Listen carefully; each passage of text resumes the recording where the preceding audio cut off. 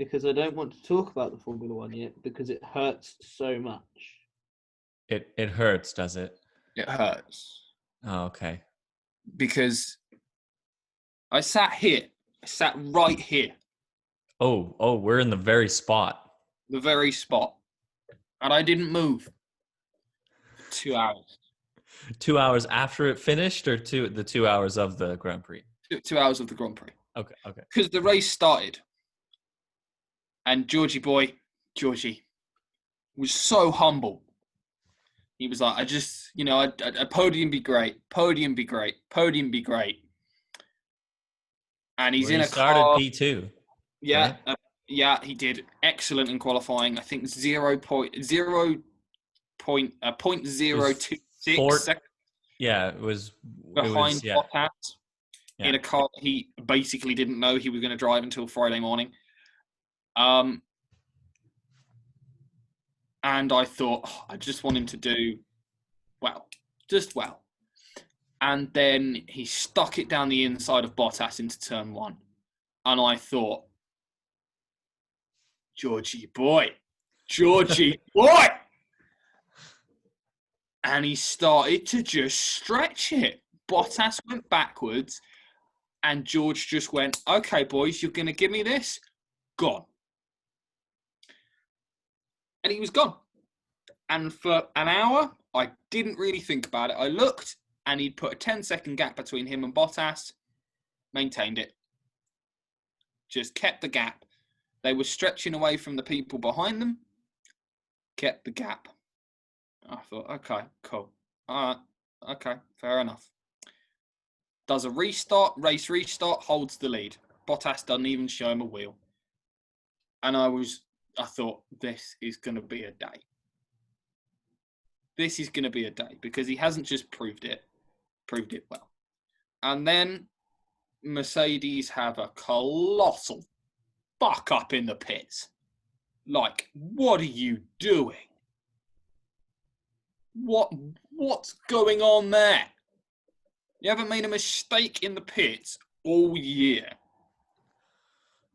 I would say as a whole that this race was the worst managed race for Mercedes possibly ever, certainly this year.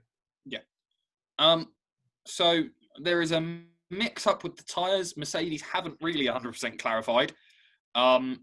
Where George got Bottas's tyres and Bottas got George's tyres, and apparently the guys on Bottas's side of the garage brought out Bottas's tyres and they got fitted to George, and then they went, actually no, these are meant to be George's, and there was a mix up. But then not all of them, because there was some sort of he got a penalty because he had the wrong wheels.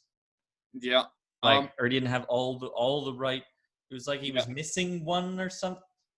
And then they basically bring Bottas in the pits to sit him there for 20 seconds before the car almost catches fire. But the same tyres that he'd come in on.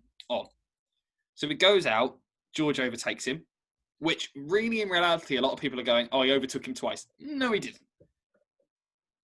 Valtteri Bottas being on,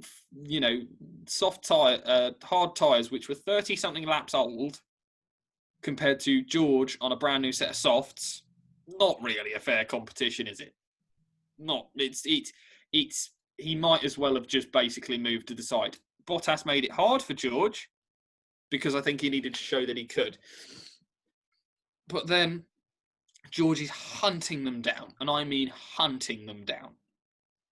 He climbed through the Climbed through the ranks quickly. What am I trying to say? Climb through the pack? Yeah, climb through the pack quickly. Basically, just pushed.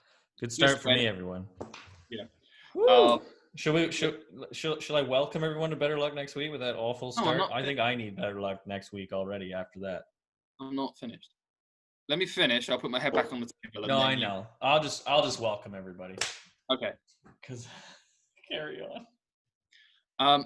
He's pushing through, and I go, if he's done this, if he does it now, because it was looking like he was going to have 3 laps and he was going to be within, shooting distance of Perez. Yeah. And I thought, if he does it now, there is no one that can take anything away from him, because that was a drive worthy of a world champion. And that's not he was almost as good as Lewis. That was you couldn't have drawn between that performance and gone, Lewis would have done this better. There's no part of that Lewis would have done better. I can't see. No. And then he gets a puncher, and I'm just like, why? Well, so he came in to get the puncture replaced, and that's when they were reviewing that he had the wrong tire set put on or the wrong tire fitted for the puncture. It was like because like I was so lost as to what the penalty was even for, because it was like, oh, you've broken a new set and therefore that's a penalty or something. Well, effectively, the way that it's being explained to me is that when you see like when they bring all the tires out and they're like in a stack of 4. Yeah. So the way I think they categorize it is that is a set of tires, and I think they have 1 or 2 spares, but I think with all the fuck ups in the pits, they must have fitted the spares or something like that. So they had to go and break a complete set, which was a complete set of rears, a complete set of fronts, and they just changed 1 tire. They didn't change all 4. Right, because it was a puncture. So why would you change off? Anyways. Yeah, you've got 3. Okay, I'm going to put my head back on the table now. Yeah. I mean, it was a great start for everyone, truly, based on how this podcast has opened for me anyways as well. But we'll officially welcome everybody to it. Hopefully I can improve throughout the podcast as we hope that Mercedes gets their act together, because, wow. I mean, I have no words.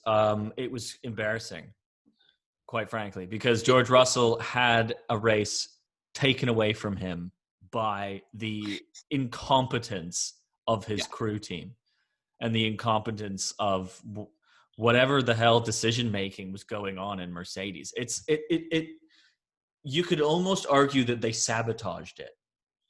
I think it would be difficult to go that far, but like it is difficult, but you could, I don't know. I could sit here and go, this feels sabotaged because it was so perfectly executed by George that it doesn't make sense that it fucked up so royally. Yeah, I mean, as someone that's done pit stops, and my experience was at a lot lower level than Formula One. I guarantee you that. But even we would struggle to have done this, because struggle to screw up this badly. Yeah, because even at Mercedes, you have a headset on, you have a radio on. And the thing is they say, oh, it was a radio failure. You're telling me that 8 guys were sat in the garage and the radio is a constant communication. Like, basically what you'll have a team manager who has one constantly on. Right. Like, there's no on-off switch. Every word that the team manager says, you're hearing it. Which is a bit annoying when you hear, God, Gavin's just such a prick in that one. You go, yeah, I can hear you, Nathan. Nice. But the 8 guys sat in the garage and not one of them thought, we haven't heard anything on the radio in about 20 minutes. Oh, yeah. George is coming to the pit lane. No, like, there's so many redundant systems that this shouldn't have happened. And even then, yes, it's a very short lap, but as soon as you saw George coming into the pit lane and you're there with a tyre gun and you look and you go, there's not a guy here with tyres, or the guy that brings out the tyres looks at the car. And if you're the guy that brings out tyres for Valtteri Bottas, and you look at those tyres and they go, these say Valtteri Bottas on them, and that's George Russell, you don't fit them to the car. Yeah. You just go, oh, yeah, here we go. No, you just go, yeah, these are George's. These are Valtteri's. We're not fitting these. We need George's. Yeah. And even if George had a long pit stop, which was what ended up happening to Valtteri anyway, it still would have been in a better position. But anyway. As happy as I am that Sergio Perez won this race, and we'll get into it more detail in a moment, the factors around his win, like I'm making noise again. There's so many factors to this win that were out of his control. Yeah. Russell being a huge one, and Bottas, quite frankly, because I don't think the way Bottas and Russell were racing, Perez would have come third at best. Yeah. And then if you add Verstappen back to that, I think Perez is fourth, maybe third, depending on what happens to Verstappen. But we had a crash at the start of the race that turn 3, right? Turn 3. We had a crash at the start of the race where you go, well, there you go. 2 people that could have won this race are gone because Charles Leclerc and Max Verstappen took each other out. Well, no, let's talk about that. So okay. Perez tries to go up the inside of Leclerc. Leclerc doesn't give him room and tries to slam him out.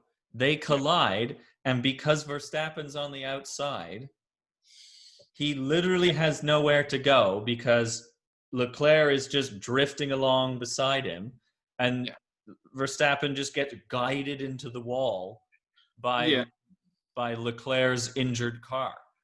To me, I do not understand why Leclerc is trying to slam out Perez right there. It doesn't make sense to me because just leave a bit of room. You don't have to give him the whole corner. Squeeze him out a little bit, but Leclerc slammed the door on him. And what is Perez to do other than brake? You're not going to brake. I think at the end of the day, the way I always look at this is that we're talking about guys making a decision the braking and the going through that corner was happening they braked from 150 mile an hour down to 70 mile an hour. Yeah. And we're going through a corner at 70 mile an hour, and this entire incident happened in 0.3 of a second. So, you sneeze and you've missed the entire incident. Yeah. Or you sneeze, and at that point, there's no longer anything you can do about it. I think Charles Leclerc is at a point where he's like, I've signed for Ferrari. Last year, I was doing really well and I was doing stuff. And I think at the moment, he's pushing so hard because it must be very difficult for him to be at Ferrari and not be being successful. Now, none of that has to do with him. He's not being unsuccessful because of him. He's being unsuccessful because Ferrari aren't successful at the moment. Right. But I think he still has an element of, in 2015, when Lewis was still with, before that, 2013, I think, when Lewis Hamilton was still with McLaren. McLaren weren't that quick. They weren't top end. And you had Jenson Button and Lewis Hamilton. Jenson Button, unfortunately, used to driving a car that wasn't going to be at the pointy end of the grid, understood that the car wasn't going to be at the pointy end of the grid, so drove the car like that. So, whereas Lewis Hamilton was trying to overtake people around Casino in Monte Carlo, and the only way you overtake people around Casino in Monte Carlo is if you put it up the outside of the other driver, and the other driver stops and lets you past. Yeah. Which no Formula One driver in their right mind is going to do. Especially not to a young Lewis Hamilton. No. So I think there's an element of that with Charles Leclerc at the moment. I think he's just pushing too hard. I just think he knows that relatively Max Verstappen is going to be his main rival for the next however many years. For sure. I don't think he's had a chance to test himself against the other guys that are going to be their rivals because I don't think they're near to each other enough. But I think Charles Leclerc knows that he's either got to put Max Verstappen in a mental place over the next couple of years where Max isn't going to be able to perform, or he just can't yield to Max. Because if he yields to Max, Max will know that the next time that he needs to go for something, he knows that Charles will yield. So Charles can never show any form of weakness to Max because then there you go. I just feel bad for Max in this because I had him winning this race. Yeah. I thought he would have. He certainly could have, based on how it was. I had Verstappen, Ricciardo, and Russell. And yours was somewhat similar in different orders. So I went Russell, Albon, Ricciardo. Now, so neither of us get any points for this week. No, but another one of the things I was going to go, if we go down the list. So in reality, this order is completely muddled because so many teams made so many mistakes. Now, if you had Charles Leclerc, Lando Norris, Charles Leclerc, Max Verstappen, George Russell, and Bottas to this order, I think Perez would be lower down. I think he'd probably end up being around the 5th marker. I think so too. Yeah. Renault just completely messed up Daniel Ricciardo's race. Right. I don't know what their point was there. At Like, one point, not to take away from Esteban Ocon, fantastic, accomplishment for him. Yeah. And to see the emotion that he was going through when he crossed that line was just heartwarming, to be honest. But and very good for Racing Point as well in the Constructors' Championship to get both their cars on the podium. Yeah. So there are positives to take from this race, but there's just so many mistakes that you go, how is this at the end of the season? How is this not like race 2? Yeah, not to take away from Racing Point or Renault, but this is a race where some teams just did everything right and capitalized on the mistakes of the bigger players. Yeah. Because, both Carlos Sainz Jr. and Daniel Ricciardo were both put on the wrong tyres. I think Alex Albon, a lot of people are going, oh, well, he came 6th. That's the end of his career. No, it's not.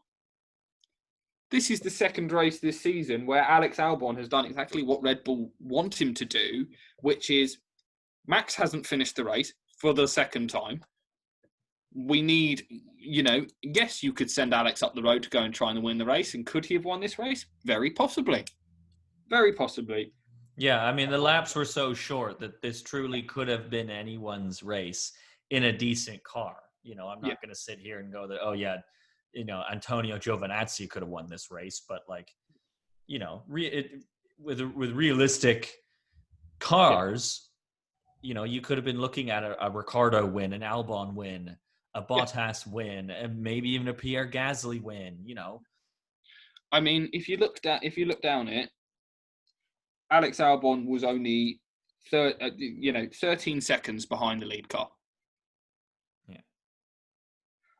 And if you look at the people in front of him, Daniel Ricciardo, who is a future world champion, I still think that. Carlos Sainz Jr., who's been signed by Ferrari. Lance Stroll, who is going to be a teammate of, Sebastian Vettel, world champion. Yeah. Esteban Ocon, who I just honestly think Renault just got the strategy right. Well, and who's going to be a teammate of the incredible Fernando Alonso next year. And then you've got 2 Racing Points, and Sergio Perez. They just did everything they needed to do. They just did it right. They just basically they were past the ball and they didn't go, let's kick this into the stands. Let's punt it to the next field. And also as well, now, there were 2 drivers in this that had very, very good races. Lando Norris went from last to 10th. Yeah, and Perez was last after lap 1 as well. And Alex Albon went 12th to 6th. Yeah. So he's gained 6 places. Okay, yeah. Really, in reality, if he'd qualified in 6th, we'd be having a different conversation. But everyone has a bad day. Absolutely. Now, again, as much as we both love Albon, the discussion has to be had again, I think. And on top of it, if Perez finishes on the podium again, I think Red Bull have no other choice. I think you have to pick up Sergio Perez. It's a difficult one because, one, there's sponsor conflicts there. Because one of the biggest reasons that Sergio Perez comes with a lot of money is because he's sponsored by a different energy drink brand. Right.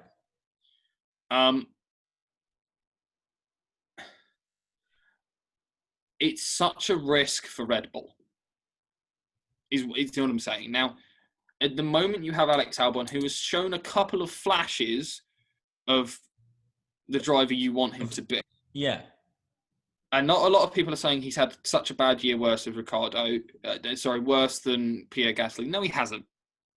over the course of the season, he's 200th of a second closer to Max Verstappen than Pierre Gasly was. Over the course of the season, that is the facts of the matter.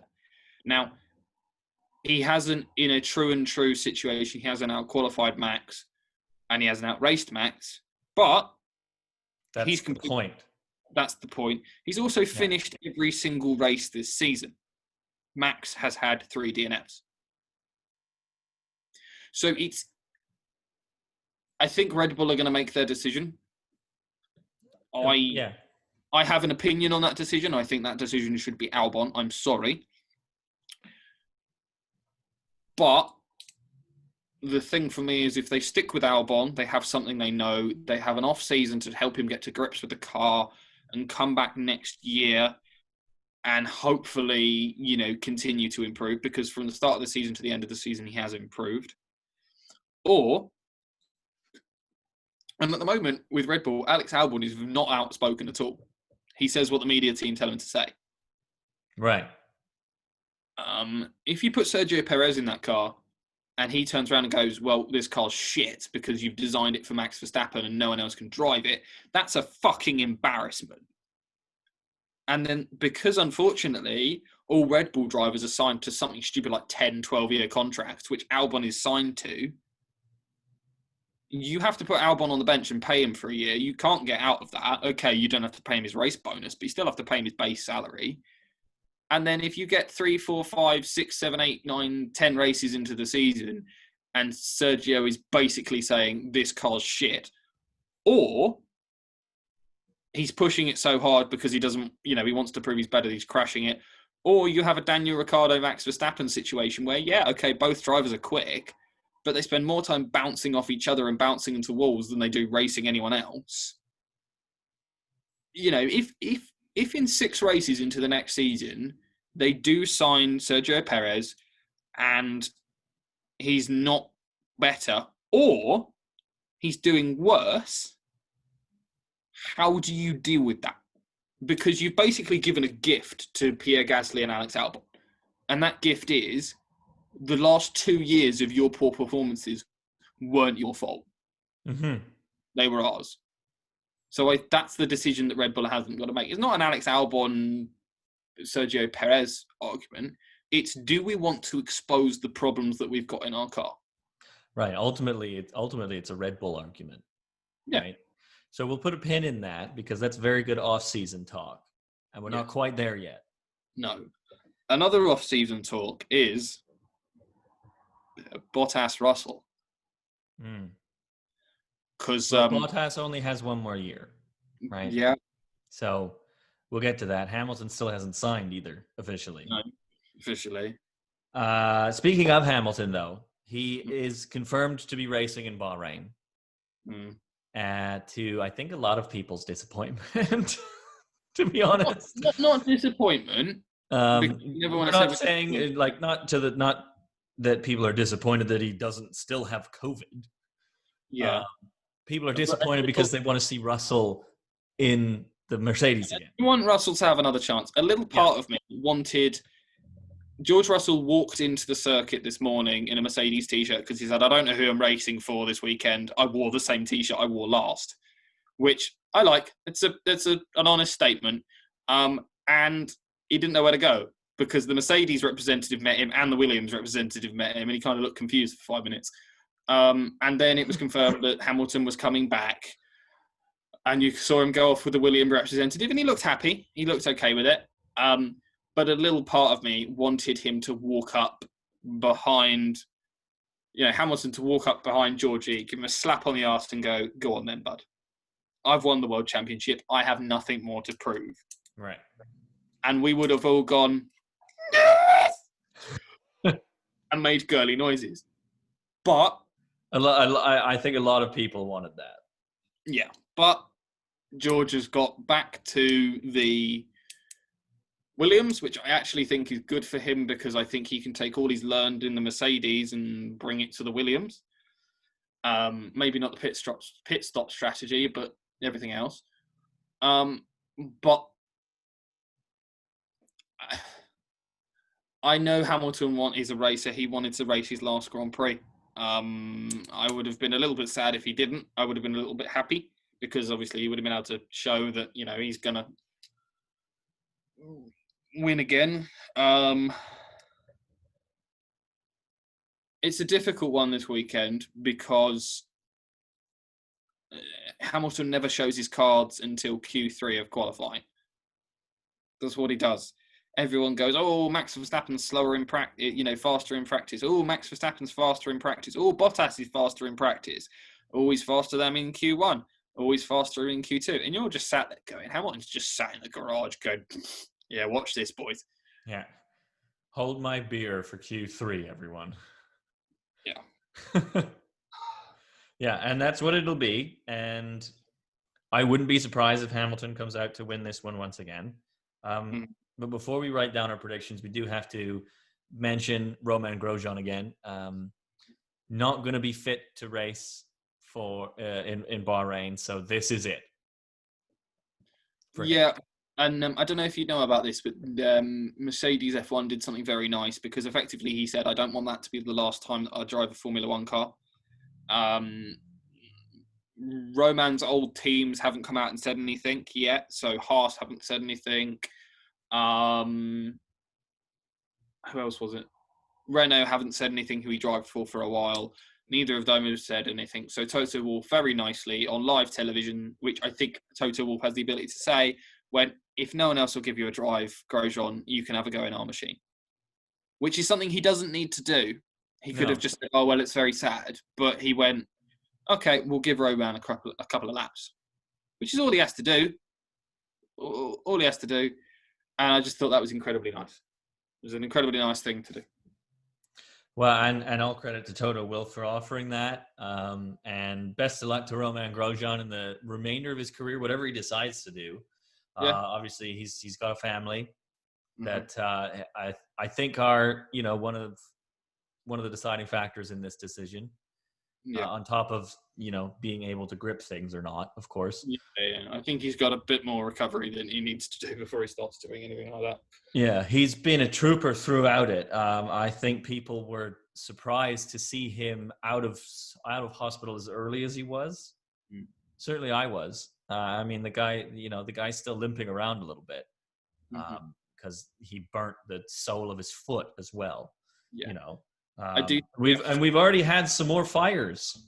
Kimi Räikkönen's car lit ablaze today in practice, and according to Crofty, that was to be expected that engines were going to light up this weekend. And I'm going, well, why? Basically, they've made the engines last as possibly can, and this is the last race of the season. And they just have to try and get the engines through the race. Apart from Daniel Ricciardo, who pulled out the pits, put it in first gear, it went bing, and he went, "Yeah, I need a new power unit." Yeah, I'm just going to circle back around. Yeah, to which Renault went, "This was a planned power unit change," and went, "Why did you send him out on the old one then?" And they went, "Wanted to make sure it was broken." Yeah, super break it. Yeah, because then we have no excuse. Then now we have to change it. Nobody can tell us anything else.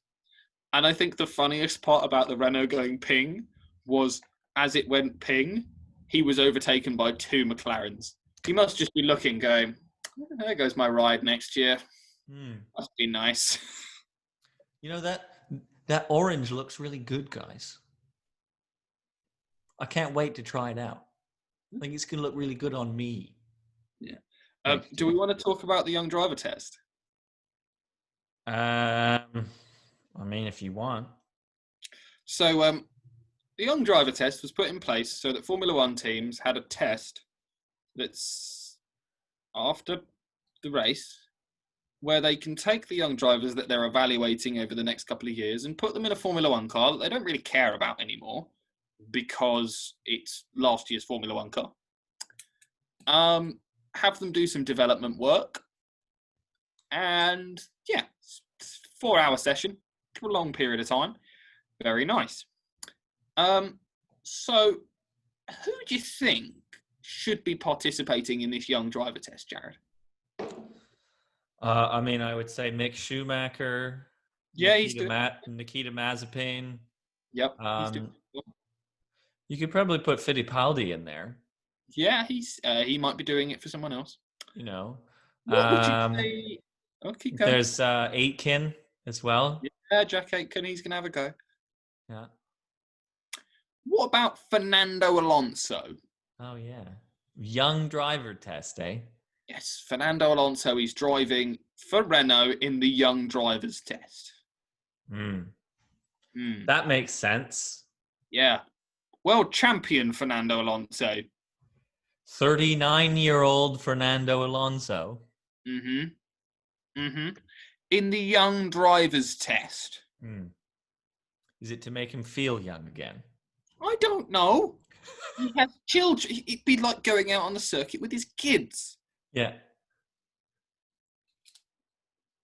Anyway. It's a fun time. Should we predict it?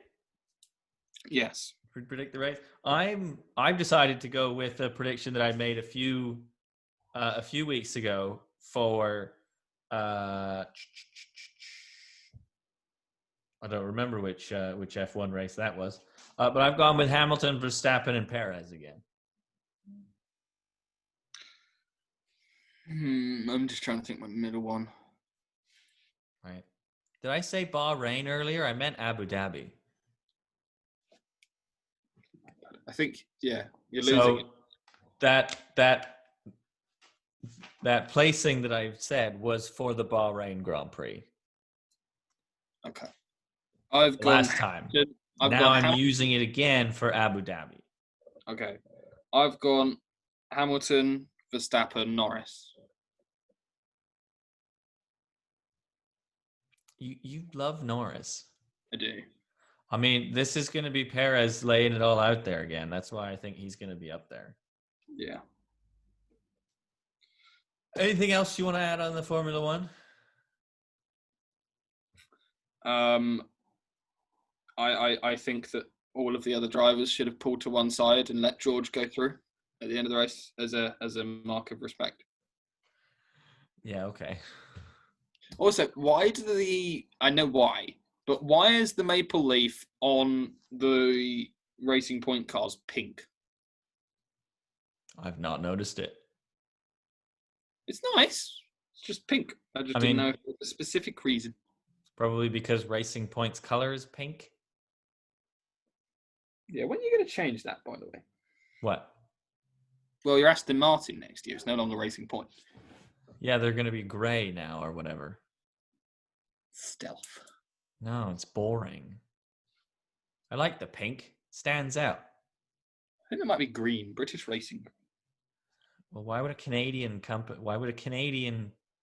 Because it's Aston Martin. Yeah, but it's a Canadian company. Not Aston Martin Racing. Canadian owned. No, 30% of it is owned by a Canadian company. The rest is British. And a bit of Mercedes. But some of it's British. Look at us, we're British. We're going to be all traditional. I will colonize you. You already did. Right. Before we move on to the NFL, then, and we get into any kind of colonial debate, we didn't mention last week, and I don't know why, but we didn't mention last week. Sarah Fuller is a soccer goalkeeper, I believe. She's a player on the NCAA varsity soccer team at Vanderbilt University in the United States, and she was brought on to the Vanderbilt football team to kick some field goals because kicking is a struggle apparently in the United States as a whole because I don't know what's going on in the NFL. But obviously Vanderbilt had the need for a kicker and Sarah Fuller was offered the opportunity to do it. Kicked a couple of field goals, had a squib kickoff to start her career as well in NCAA football. And it was intentional as well for anybody who goes, oh, look, there's a woman and she messed up the kick. No, it was intentional squib kick. It's a thing. relax. And I mean, congratulations to her for inspiring young women to continue to do whatever they want, because you can do anything. Yes. I don't really have much more to add to that, apart from well done. Right. You understand the difficulty with kicking, though. Like I'm not being rude, but your job is to kick a ball through a set of uprights from 35 yards out. Like if you turned around to most English rugby players and went, "Yeah, that's all you've got to do," they'd go, "All right." Well, they've started to do that too. They've started to bring in soccer and rugby players because they can kick balls really good. They can kick and they can also tackle. For rugby, yeah. Soccer, not so much. They pretend that they've been tackled. Yeah. It's not so soccer. This isn't the point of this podcast. Shall we go through the show? Yeah, let's go through another travesty of a week in the NFL, shall we? So the Falcons lost to the Saints. Shocking. Okay. Moving on. The Browns, okay, the defense let them down on this game. Yeah, because they were like something like 41 to... It was 41 to 35, the final. So they were up 38 to 7 at halftime. Yeah. And they almost blew it. So the Titans defense, well, first of all, the Titans defense woke up and went, "Oh yeah, we're playing football today. Shit. Got to do something about it." Whereas the Browns defense decided to take a nap, apparently. Yeah, all they needed to do was do what they did again, and they would have been fine. And they didn't. A lot of people are going, "Oh, well, the Browns didn't shoot." They managed to put up 41 points. And all those people that at the start of the season were going, Baker Mayfield isn't shit, da-da-da-da-da. He went 25 for 33 for 334 yards and 4 touchdowns. 4. And this wasn't a game where you went, "Oh, okay, so it was all a running game." Nick Chubb only had 80 yards. Yeah. Which for him is a slow day. Yeah, that's a quiet game for Nick Chubb. Rashard Higgins and Donovan Peoples-Jones, both 90-plus yard games. Yeah. Jarvis Landry, 8 catches for 62. So the receiving was spread out as well. Yeah. This was a complete game for Baker Mayfield. Even though it looks like it was 2 halves, for me it was a complete game because of the fact that, it wasn't like the Titans defense necessarily figured him out. They just decided to actually play like the Titans defense. Yeah. And it's also, if you're up 38 points going into the half, you're not going to push that hard in the second half, are you? No, not until... What's the defensive coordinator going to go, "Yeah, okay, you put up 38 points. Okay, in the second half, even though we don't need to because we've got a massive lead and our defense is holding them pretty well, I want you to put up another 38 points." No, they're just not going to do that. No. They're going to say, keep a hold of the ball, run the clock out. Run the clock out. And don't do anything stupid. Well, Baker Mayfield didn't do anything stupid. His defense, on the other hand... Who knows? But I think this proved that, and I sent you a video of the coach, there is no rah-rah, there is no we're all we got, we're all we need. There's no massive yelling and conversations and stuff like that. The coach walked in and basically read off the stats for the offense, the defense, and the special teams and went, "Great team win. See you on Monday." Yeah. He's basically like, in the old days, if the Browns won a game, they'd be like, "Woo, we won a game." At the moment, he's being like, "Well done. You won a game. I don't care. Next one." Next one. Speaking of the next one. Yes. The Lions beat the Bears. 34 to 30. So, I mean, at least it was somewhat entertaining. Yeah. I mean, it was all over the place. I mean, Matt Stafford was barely 50%, 27 for 42. The guy had 402 yards, 3 touchdowns and an interception because there was no run game whatsoever for the Detroit Lions. Marvin Jones apparently is a good receiver. Apparently so. And then the Bears went back to Mitch Trubisky, who threw 26 for 34 and 267 yards and 1 touchdown. What did you? I mean, anyway, this is what I'm talking about with the travesty of the NFL. It's like, oh, so and so's remembered how to play football well. Yeah, it's like you wake up on Tuesday and play a decent game. Oh, he can play. Okay. Yeah. But it's only for that week because then suddenly they play a good team and you go, oh, there it is. Yeah. The Dolphins beat the Bengals. Okay. Yeah, cool. The Jaguars, the Vikings won somehow in overtime. Well, because the Jaguars blew this game. Yeah. I mean, you started Mike Glennon. When the hell was the last time that guy got a starting snap? Yeah. Isn't he like 40? Like, no disrespect to Mike Glennon. He's, but I mean, he's not the guy you're going to call up tomorrow and go, oh, can you. Yeah. If you haven't achieved it in that amount of time in the league, probably not going to achieve it. Yeah.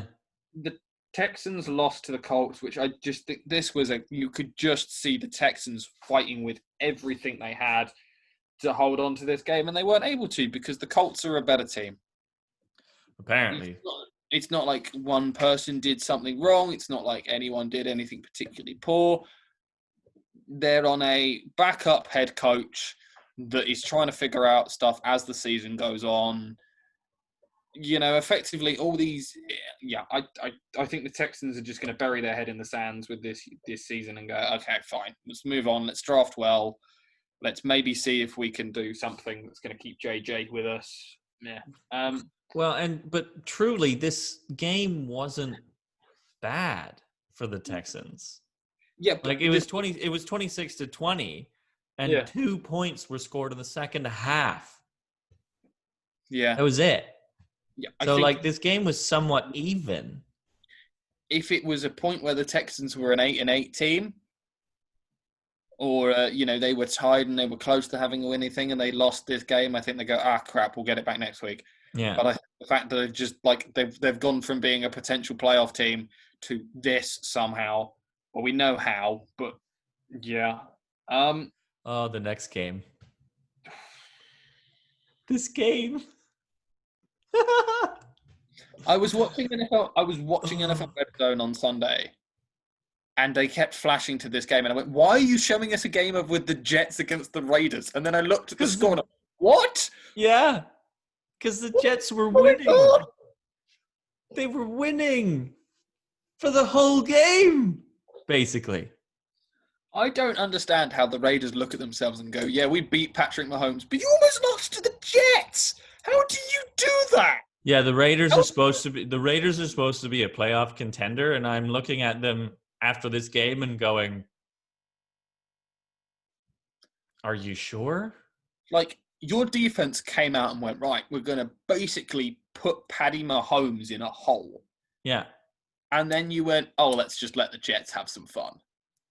Yeah, they woke up on Sunday and went, oh, yeah, we're playing Sam Darnold today. Who's that? Oh, I think he's a wide receiver. Oh, okay. The next one? Hold on. And then the Jets ran what was it? The Jets run a man cover and put a rookie corner on one of the top receivers in the division. I mean, Darren Waller had 200 yards in this game. And he's the one that caught the winning touchdown. Right? and they put a rookie corner on him to cover. Like Darren Waller's lining up for the snap going, we're going to win this game, boys. Look who's across from me. We're winning this game. That's almost one of those ones where you go, Ocho Cinco used to do this. He used to look at the cornerback and go, this is the route I'm running. This is when he's going to throw it. Try and beat me. Yeah. And people wouldn't. And he'd go, I told you what I was doing. Derek Carr literally could have held up the playbook and gone, okay, this is what we're doing. And they still would have won the game. Yeah. The next one, I don't really know what happened because the Giants beat the Seahawks. Yeah. So, basically, Wayne Gallman ran around the entire Seahawks defense, particularly in the second quarter, and that was what happened because Russell Wilson actually still kind of did Russell Wilson things, but like not to the extent that you're normally used to because DK Metcalf didn't break 100. Maybe they realized that you have to put someone big and imposing on DK Metcalf and not give him a 10-yard cushion every game. Yeah, I mean, he still averaged 16 yards a catch. Mm-hmm. But maybe a game that the Seattle Seahawks need to look at themselves and go, we're 8-4, but... The next one, the Cardinals lost to the Rams, and I don't really think there's much more to be said about that. I just don't get it. You got anything on that? Jared Goff just remembered how to be an MVP quarterback again. Okay. The next one I don't really get. Because you don't? I get it. Because Cam Newton came out of this game and said he had won this game for the Patriots. Oh, right. Yeah. Well, Cam, I hate to show off to you, but you went 12 for 19 for 69 yards. Good number.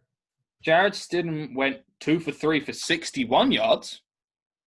So he's already more efficient than you. And then you had 14 rushing attempts for 45 yards. 48 yards, I apologize. And Damian Harris had 16 carries for 80 yards. I don't understand where we managed to win this game because you look down, you go receiving. Oh, okay. Let's have a look and see where this was. Our highest receiver had 38 yards. It's called defensive turnovers. Yeah. Your defense, the Patriots defense forced 2 interceptions, which directly resulted in touchdowns. Dark. Multiple sacks. Like it was a complete defensive game for the Patriots. You know, there were 3 sacks. But you know, doesn't really matter much because we're 6-6. But it was a good game for the Patriots defense. The offense was pretty shocking. Anyways, the next one, the Packers won. The Packers were fed some fresh meat. The Chiefs won. The Chiefs won. Okay. And then you were about to say the Steelers won, weren't you? Nope. I said okay because we arrived at this game, and I can't imagine being a Pittsburgh Steelers fan because like they do this all the time where they just play down to their competition. They wake up in the morning and go, oh, we're playing the Washington football team, the team redacted, so to speak. Yeah. Oh, well, we better adjust our level of play based on how bad they are. This team should not be 5-7. I'm sorry. But Alex Smith was 31 for 46, 296 yards and 1 touchdown. He threw 31 passes and couldn't break 300 yards? What? Like, how bad do you have to play, Pittsburgh, to make this happen? Also, your offense at this level, like you went into this an 11-0 team, your offense should be able to put up more than 17 points. 33 for 53. There was no run game. It didn't exist. It's not like you haven't got receiving talent either. Right, and James Washington had 2 catches for 80 yards. That was your top receiver in yardage. Sorry, your top receiver in catches was Deontay Johnson, who had 8 catches for 71 yards. But like, why would you do this to yourself? Because all you've succeeded in doing is possibly giving away the number 1 seed. Right. Because the Chiefs' next 4 games are gimmies. The Chiefs are the Steelers. The Chiefs. So the Chiefs are the people that could possibly take the number 1 seed away from them, and their next 4 games are gimmies. Well, the Dolphins maybe not, but the Steelers play the Bills, which is definitely not a gimme. That's next week, and we'll get into that. Then they play the Bungles, which they should absolutely win. But what have they done now? They've put the seed of doubt in their own minds that a game like that should be a given. Not only have they put a seed in doubt, 11 teams have tried 11 different defensive schemes to beat the Steelers, and it hasn't worked. Whatever Washington did has just shown that here's the roadmap. Right, and everyone is going to go, ooh, that one. Yeah. Are you telling me the Bills' defensive coordinator isn't looking at that right now and going, fucking hell, that's what we're doing? It worked. We're way better than the Washington redacted. Yeah. Basically what they've done is they've made a god bleed. And as soon as you can make a god bleed, everyone goes, oh, that's how it's done. Okay. Yeah. Just the tiniest little paper cut. That's all it's taken. The Bills won. Yeah. It's good. It's a good game for Josh Allen. Yeah. Actually, sorry. It was a very good game for Josh Allen, and we need to talk more about it because he went 32 for 40, 375 yards, and 4 touchdowns. That guy lit it up. And he now has and Cole Beasley had 9 catches for 130 yards. Yeah. He now has a team that he's going to face next week, this week, that he has an ability he could beat. Yeah, and that he has no problems. He's riding a high. Yeah. Because of how well he performed in this game, and he's going to go, I'm going to do the same thing again against a good team like the Steelers, who feel like ass right now. Yeah. If the Washington football team, which feels silly to even fucking say that. And we're going to be saying it next year, too. God. If they can hold the Steelers to 17 points, even if the Bills hold them to 23, you've shown that you can put up points. Mm-hmm. So go do it against the Steelers. Definitely. This last game, I guess we didn't even get to do the Thursday night game, but I don't think you want to talk about that one, so we don't have to. But I had a prediction for it anyway. This game shows just how bad the Dallas Cowboys are. Because this is a Ravens team that is still completely decimated. Yeah. You know, Lamar Jackson did not play well. He's recovering from COVID. They've got other players recovering from COVID. They're still having outbreaks. Yeah. In the Ravens locker room. Their receiving was pitiful. Mm-hmm. It was literally a run game. 7 carries for 101 yards for Gus Edwards, and 13 carries for 94 yards for Lamar Jackson, and 11 carries for 71 yards for J.K. Dobbins. Their highest receiver had 39 yards. because Lamar barely threw the ball. Yeah, the thing that this is how bad the Cowboys are, and wow, is poor Jerry Jones, and I say poor begrudgingly, in trouble.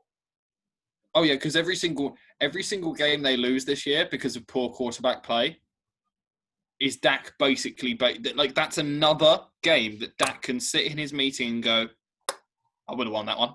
Right. I would have won that one. I would have won that one. I would have won that one.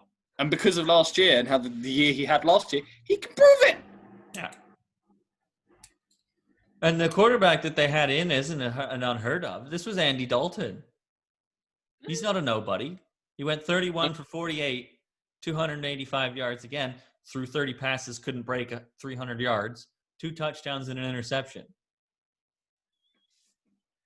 17 points, and you threw 31 passes and got 285 receiving yards. We are going to have to quickly talk about this game.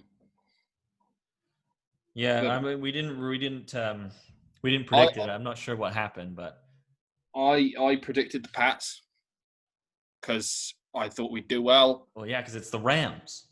But guess who forgot to put on their quarterback arm helmet? I don't know. There's no offensive production. No. And at a certain point, look, Cam Newton has proved that when he was with the Panthers and they gave him receivers, he could do it. But I just don't think he's got anyone that he trusts to throw to. Right. There's no one in this receiving core that you go, yeah, okay, that guy I trust. There was a reason that when Julian was in the game, Julian was having like 150-yard games. Because he goes, there's an experienced receiver that I know I'm going to throw the ball to and he's going to catch it. N'Keal Harry is in his 3rd year and really not showing off. Like, he was the first wide receiver that the Patriots have drafted in a long while, and we really needed him to prove it. And in this game, he went 3 for 49. Yeah. He was drafted in the same round as DK Metcalf. Like, come on. And then the rest of it, I mean, you could write a letter followed by a strange word in this receiving core, and I'd go, oh, yeah, Patriots receiver. Because I don't know who any of them are. I'm a Patriots fan, and I don't know who D. Bird is. I don't know who James Myers is. I know who James White is. And it's not like Jared Goff played like he did on Sunday. No. He was 16 for 25, 137 yards, 1 touchdown, 1 interception. Yeah. Cam Akers, on the other hand, absolutely destroyed the Patriots' run defense. Yeah. 29 carries for 171 yards. It wasn't even a contest. That's where they got all their points and all their production, because they had 3 receivers with 30 yards each. Otherwise. And one of them was, Cam Akers also had 2 catches for 23 yards. Cam Akers produced almost 200 offensive yards in this game alone. More than the entirety of the Patriots' offense. And more than the entirety of his own offense as well, if you combine the rest of them together. Can we? Yeah. This hurts because really, in reality, if we were going to tank, I want us to tank. But... And then it's also at a point where, like, yeah, they're talking about drafting this wonder kid, and I'm like, is he gonna get there? It's great if you want to draft him, but you can't give him a tin of beans. He needs, if he comes into the league, he needs some things to throw to, and giving him a Julian Edelman is not enough.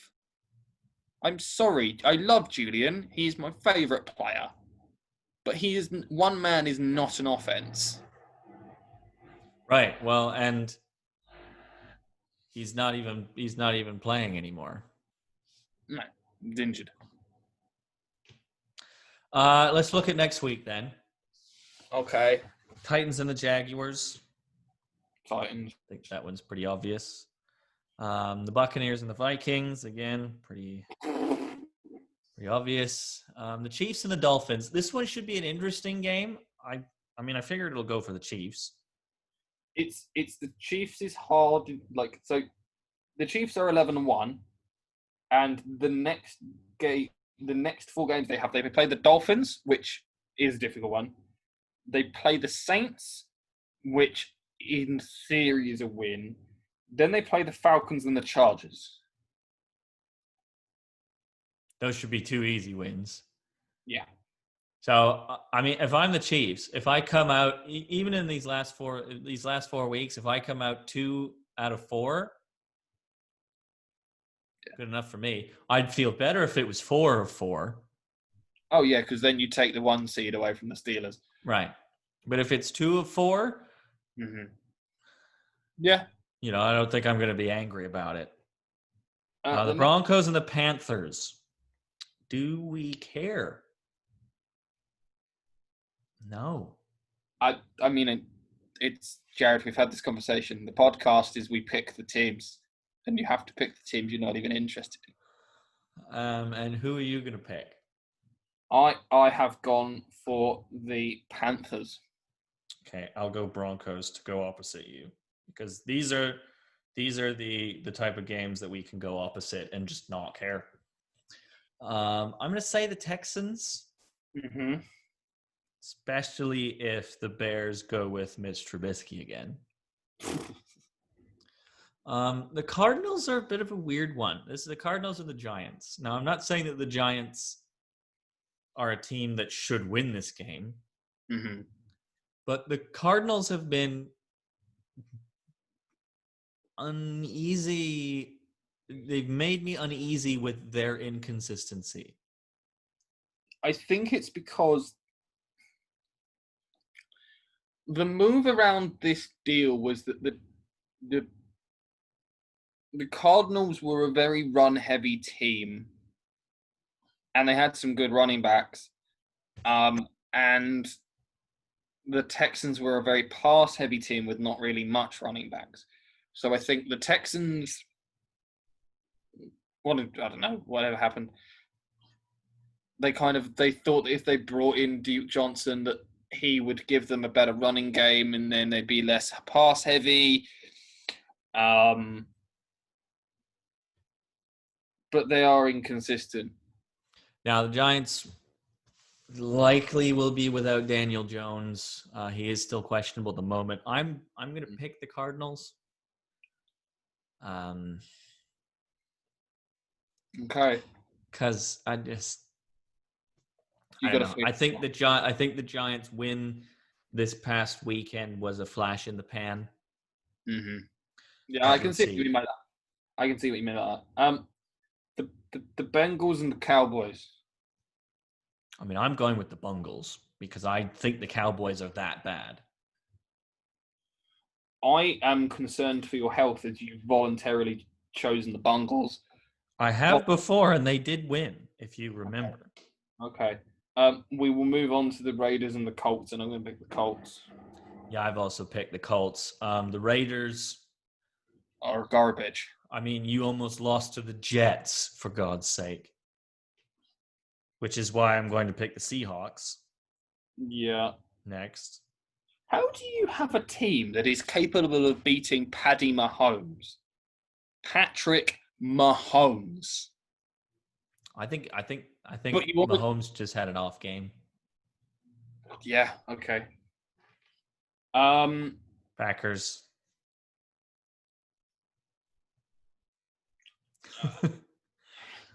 Falcons.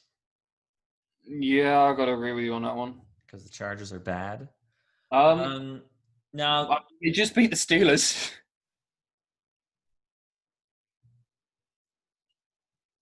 The Chargers didn't. No, but the next game. Right. That's why I was going to say this game's a little bit more interesting now. Because going into it, you would have picked the 49ers all day, every day. Right. But now they just beat the Steelers. Just beat the Steelers. And they just had sex with their wives for the first time in 11 weeks. Oh, come on. You beat this. You beat an undefeated team. You don't think you're getting some ass? You're getting some ass. That's like you call up your wife and go, honey, we beat the Steelers. And she goes, fuck off, Phil. No, you didn't. You go, no, look at the score. We beat the Steelers. And she goes, I will put on whatever the fuck you want. Don't care. Oh, God. I've been holding out since their last win. Yeah.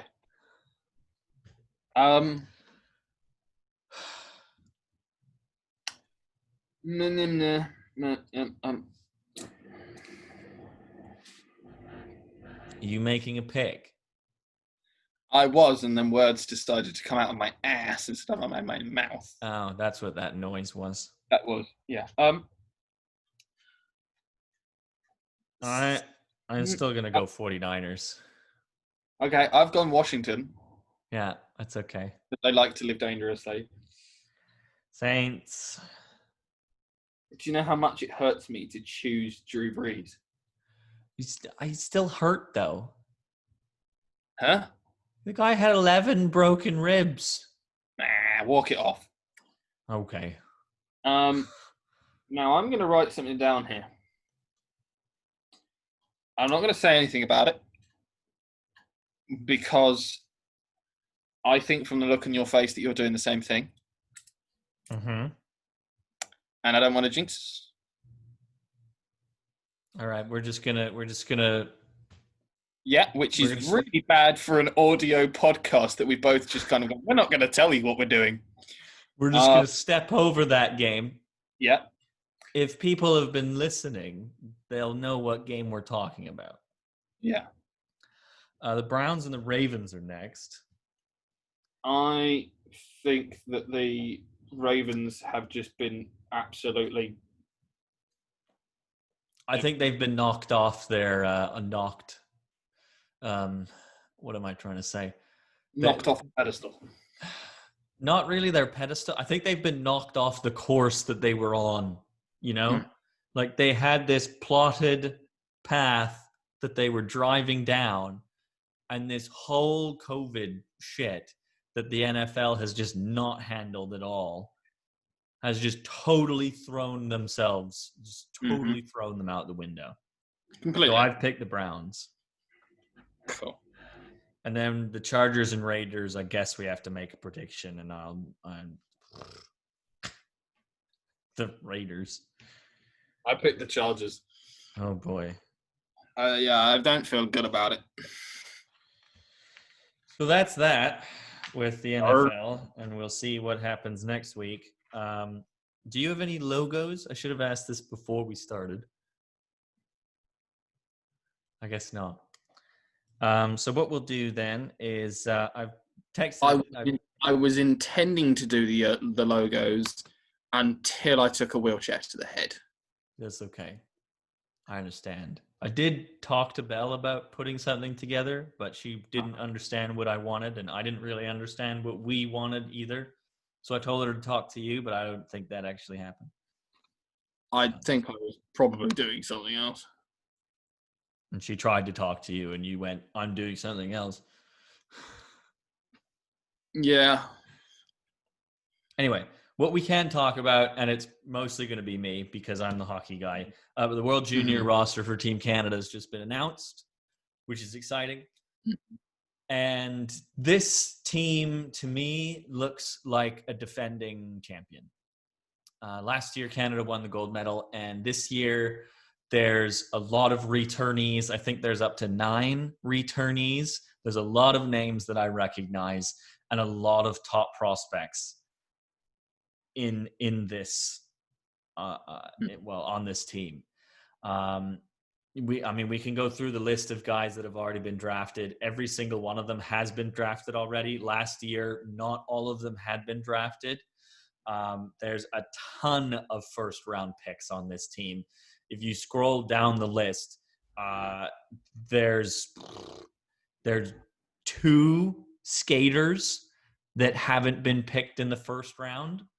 And that's Jordan Spence, right-handed defenseman, picked in the 4th round by LA in 2019.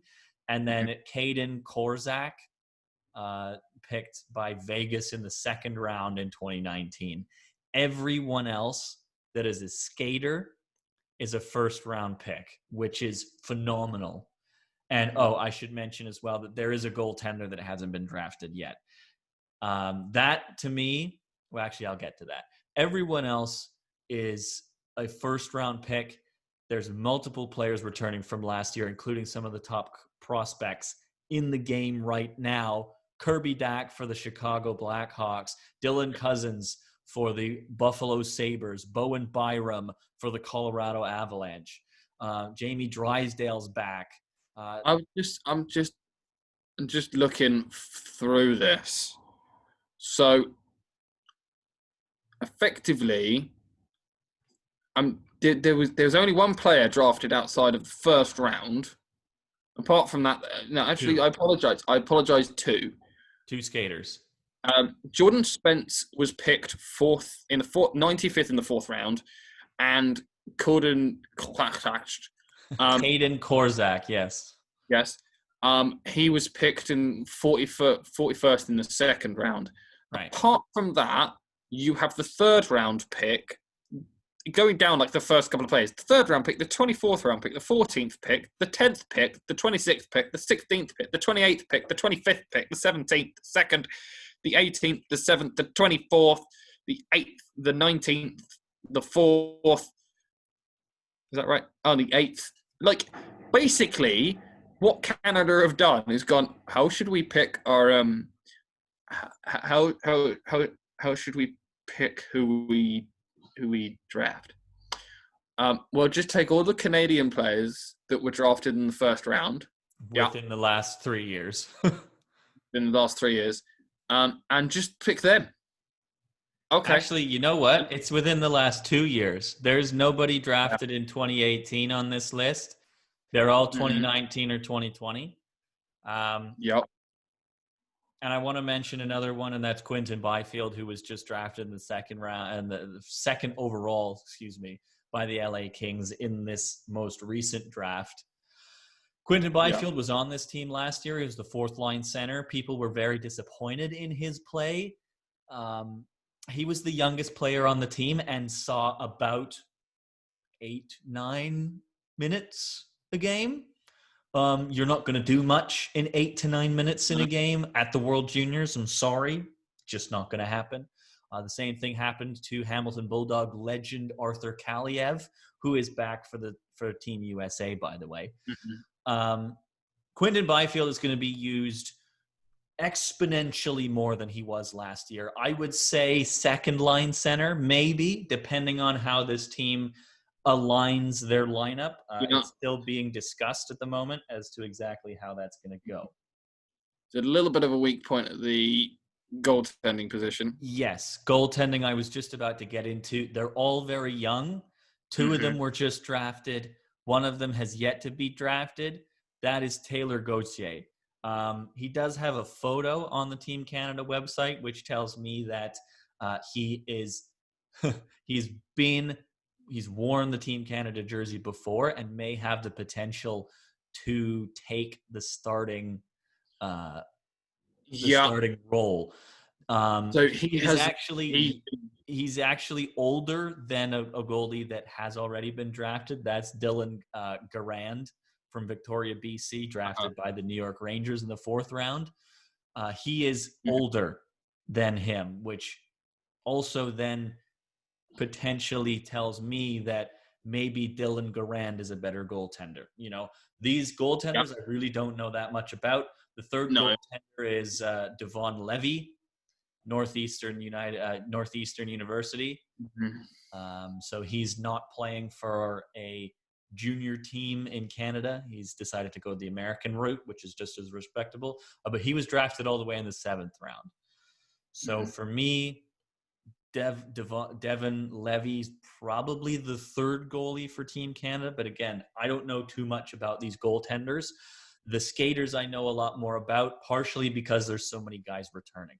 I've mentioned a few other games that are back. Braden Schneider, Jack Quinn is on this team. Dawson Mercer is on this team. Connor McMichael is back. Ryan Suzuki's on this team. Mm-hmm. Alex Newhook, Jacob Pelletier. It's a fairly not light team because they're still very heavy guys. A lot of it is under 200 pounds, not by much, but you probably want to see a bit more weight on there. I don't know what's going on with Quinton Byfield because he's 221 pounds.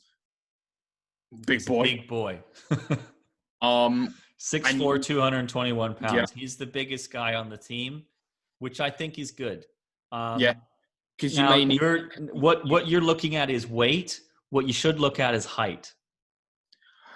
Okay. Is what I'll say. There's only 2, 3, 4, 5 players under 6 foot on this team. Mm-hmm. And the goalies are all 6 foot and above as well. When you're looking at height, you can sacrifice a bit of weight because that sacrificed weight is going to be made up for in speed. So if they're tall and fast, you're looking good. Okay. Don't forget, this is the World Juniors, so the focus is more on skill and speed than necessarily width. Yeah. Okay. I just you've got a couple of guys on there that I would go, actually, these guys, I would want him to put on a bit of weight. I mean, Dawson Mercer is 6 foot and he weighs 173 pounds. That's less than me. I'm just putting it out there that, if he's playing at this level, I understand he's young, but I mean, start having bigger breakfasts. Well, and the thing about Dawson Mercer is that he's a very skilled right winger. So the idea of him is that you'll probably put him on a line with a bigger player, like, for example, a Quinton Byfield, because Byfield's size will make up for Dawson's lack of size.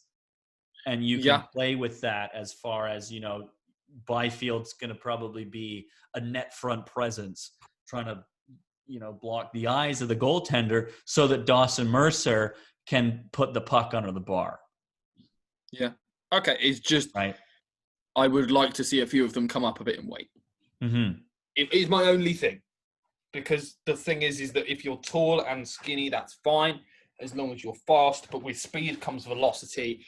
And with velocity becomes, I know it's the World Juniors, there's not as many hits, but hits happen. And you need that weight around your body to recover and be able to play for to be able to be down the stretch. The best thing for me is that I recognize so many of these prospects, not only from returnees, but also from the draft. The opposite can be said for me about Team USA. I had a discussion with my friend Kyle, who's very much into junior hockey as well. Mm-hmm. Kyle said the highest he thinks the USA team will finish is third. I agree with that because I don't recognize most of the players on that team.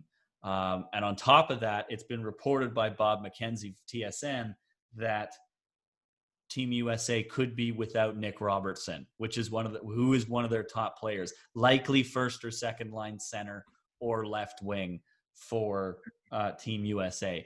He is a Toronto Maple Leaf prospect, and the priority is that he will be on the Toronto Maple Leaf roster for the NHL when they open, which is planned for January 23rd,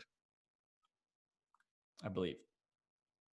The NHL is planning for a late January start with a 56-game season. There's all kinds of stuff that the NHL has to put their players through in training camp and whatnot, including, I believe, a 7-day quarantine, as I was just reading through Bob McKenzie's Twitter Twitter thread, which would mean that Robertson cannot be at the World Juniors. It's no different than Kirby Dack, who's for Team Canada.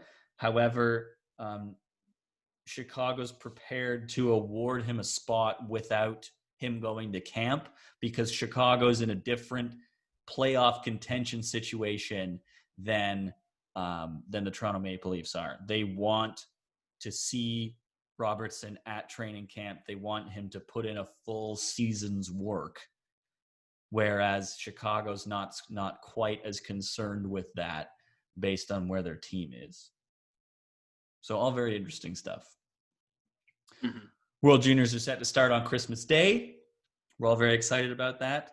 What would have been even more exciting is if the IIHF had allowed the women's World Juniors to go ahead, which 4 Barracudas were up for. We had four of our girls were part of the selection camp for Team Canada before the IIHF decided to cancel that tournament. So you can, if you'd like, because Gavin shared it as well, and we'll do a shameless plug before we wrap things up. Rise of the Cuda is a feature series on the Burlington Barracudas that I am co-producing with Abby Papineau, and it's been a lot of fun to put together. We are in the process of finishing episode 2. It is supposed to go out on December 14th. We're still working on a couple of things. We may have to delay it depending on some minor things. But as of right now, it is scheduled to go out December 14th. Time is yet to be determined, but it'll premiere on the Burlington Junior Barracudas YouTube channel. And I can tell you as well, this is a scoop because it hasn't been announced yet otherwise, but episode 4 will be about the 4 girls that were part of the Hockey Canada selection camp for the U18 World Juniors for Team Canada. Awesome. Episode 3 will be coming out before that. Mm-hmm. And it'll all be a fun time. Fun. I need a nappy nap, if I'm honest with you, bud. A nap or just a full sleep? Maybe a full sleep. I've had a hard week. It's been a long one. It's not great to nap at like 8 o'clock at night. What time do you think it is here? Because it's actually it's about 9:15 for you. Yeah. Because you're 5 hours ahead, and it's not a good idea to nap like anytime. I think it's not really a good idea to nap like anytime after 7. Is this really what we're talking about on our podcast, or is this a natural sign that maybe we should stop recording ourselves? Yeah, it is. When we're talking about napping. I mean, we are going to have to fill time once the Formula 1 season is over with other things. I was thinking about like finding some obscure sport that goes on in the off time for Formula 1. If they are going on. A lot of sports still aren't really going on. Yeah. Maybe I should start getting really interested in like UK's hockey team. That should be my off-season things. Like I should learn and develop myself. Prove myself as a human being. Sounds like a good idea. Yeah. I think we could fill our time with why we hate various movies and video games. Yeah, I just watched a film I would say that you need to watch that's endlessly confusing and just not great. It's just come out on Netflix. It's called Savages. Oh, okay. I've seen the it ad stars, for that. It stars Blake Lively, the guy from Superbad, and the guy from Battleship. Okay. They're both sleeping with Blake Lively and are both aware of it. Neither of them really acknowledge it, and at no point do you have a conversation that both of them are sleeping with the same person. They just seem to be okay with that. I feel like this would have been a better movie if it starred us instead of these 2 guys. Yeah, neither of them can really act worth a damn. Apparently they make really good weed, and the Mexican cartel basically is just quite reasonable. So the Mexican cartel goes, "You're really good at making weed. We would like to fund you to teach our guys how to make better weed. We'll give you loads of money, and we don't want to take over any of your like situation. We just want, we just basically want to do like a straight up business deal." And then they say no, and basically like just tell the Mexican cartel to go fuck themselves. That's safe. That's a great idea. So the Mexican cartel steals this girl, which is just completely preventable, because basically she goes, okay, well, we're going to escape to Indonesia because the cartel are after us. Okay, let's do that by waiting a day and then flying out. And even though, so like the premise is that like these two guys are like friends from high school, one of which is like a prodigy botanist, like he's like a hippie guy, and the other is a special forces guy who apparently did like multiple tours of Iraq and now is like a bit messed up. And so that's can I just ask, yeah, what does Blake Lively do in this movie? She's just the girlfriend of both of them. What a waste of Blake Lively. Yeah, she's not even very entertaining in the movie, if I'm brutally honest. That's terrible. That's terrible. And then because Blake Lively's great. Yeah. Why would you waste her like that? Yeah, the bit where the movie you go, okay, well, this is just dumb, is that two people are going to the mall, right? They know the Mexican cartel is after them. Okay. She says, look, if you're flying me out to Indonesia and I'm never coming back to the US, I want to buy myself some clothes and some essentials before I go. I've also got to grab my passport from home. The special forces guy, in theory, has no reason. His job is to protect her. Be in the same car as her. Yeah. He for some unknown reason, gets in a separate car, drives behind her, gets caught at a set of lights. She drives the distance that you can get away at a set of lights and gets kidnapped. And you're like, this entire movie is that guy's fault. I'm just sat there like, you were a Navy SEAL. Yeah, you're not that stupid. You're amazing. And you let the person you're meant to be protecting be in another car, which is an open-top convertible, drive away from you. Be in the same car as her. You dumb. You want to watch another mind-numbing video or movie? Watch Michael Bay's new film, that Underground 8 one, with Ryan Reynolds and Dave Franco. I actually quite like that film. Oh, it's so dumb. Yeah, my brain hurt about half an hour in because I didn't know what was going on. You don't need to know what's going on. You don't need to. You don't need to know what's going on. It's just Ryan Reynolds being funny.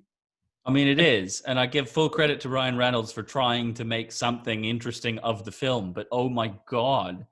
Do you know what, like, the best bit for me was? And this is the funniest bit, is that Dave Franco is in the entire trailer.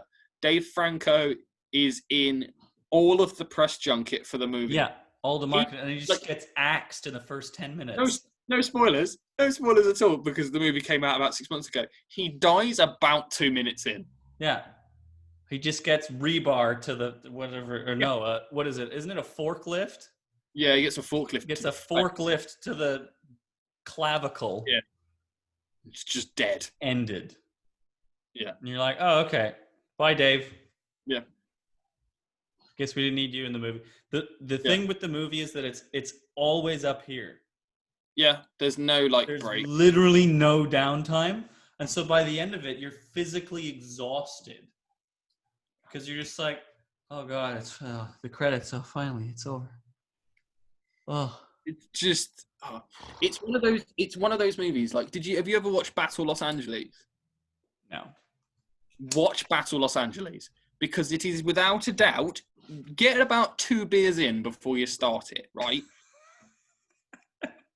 Because what happens in Battle Los Angeles, right? I'm not going to spoil it because it came out 6 years ago, and you'll still enjoy the film. Also, there's a guy that looks so much like Eminem in the movie that I watched the movie and went, Eminem's in this movie. And he's not. And then he's not. Effectively, what happens is you get about 5 minutes of backstory on a guy that isn't really relevant to the rest of the film. And then for an hour and 45 minutes, they have firefights with aliens. That's it. They just shoot at aliens for an hour and 45 minutes. There's no character development. You don't know much about each character. Like, you just basically know skin level to know maybe that their motivations behind certain stuff. They have possibly the greatest, like, scene in the thing where, right, what they do is that they realize that these aliens, that you never know anything about the aliens apart from that's what they look like and they shoot at you. They go, we've got one of these aliens. We need to find out where the best part on the alien to shoot at is, because they're shooting them in the head and nothing happens, right? So what they do is they get one of these aliens, which has already been shot in the face with a grenade launcher. So he's already on the way out, right? Crack his chest cavity open, right? And then this guy with a knife starts stabbing each independent organ until he finds the one that kills it. Right? Now, I have several problems with this. One, it's already on the way out. Two, you're saying that you eventually found the organ that stabbed it and went, oh, that's the one that killed it. Not the fact you stabbed it in 8 other organs first and went, this is the one. No, it's dead because you've stabbed everything else. And then you went, I'll stab this one. And then it finally kills it. Also, what an awful thing to put any creature through. Still alive. Oh, let me just crack open your chest cavity and prick all of your organs. Oh, it's not prick, Jared. He's literally going...